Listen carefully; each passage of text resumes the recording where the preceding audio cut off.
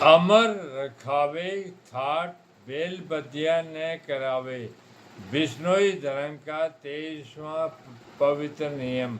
मादा भेड़ बकरियों का समूह तो इकट्ठा रह सकता है और लोग ऊन दूध के लिए पालते भी हैं, किंतु नर भेड़ बकरा साथ में नहीं रह पाते, जिससे लोग कसाईयों को देते हैं। कसाई लोग उनकी हत्या कर डालते हैं। उस समय भेड़ बकरी पालने का लोगों का प्रमुख धंधा था। इस प्रकार से सैकड़ों बकरे कसाईयों के हाथ में पहुंचकर कट जाते हैं। इतनी अधिक मात्रा में जीव हत्या देखकर जमदेव जी ने यह नियम बताया कि प्रथम तो बिश्नोई होकर भेड़ बकरी पालन करना छोड़ दो, और यदि अति शीघ्र नहीं छोड़ सकते तो धीरे धीरे कम करते करते अपने आप ही छूट जाएगी। तब उस समय यह समस्या आ गई थी, इन बकरों का क्या करें। जम्बेश्वर जी ने कहा, इनको कसाईयों के हाथ में न बेचो।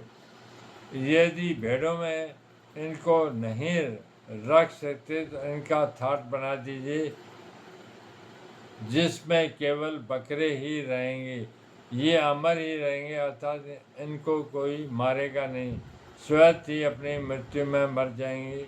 तो धीरे धीरे अपने आप तुम्हारा इन भेड़ बकरियों से पीछा छूट जाएगा, फिर कभी इन्हें पालना नहीं।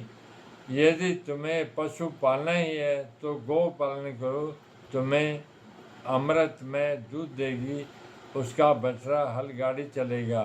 वास्तव में यह नियम भेड़ बकरी पालन का निषेध है। इस प्रकार से उन परिस्थितियों में इस नियम को बनाया था जब धीरे धीरे ये परिस्थितियाँ समाप्त होगी।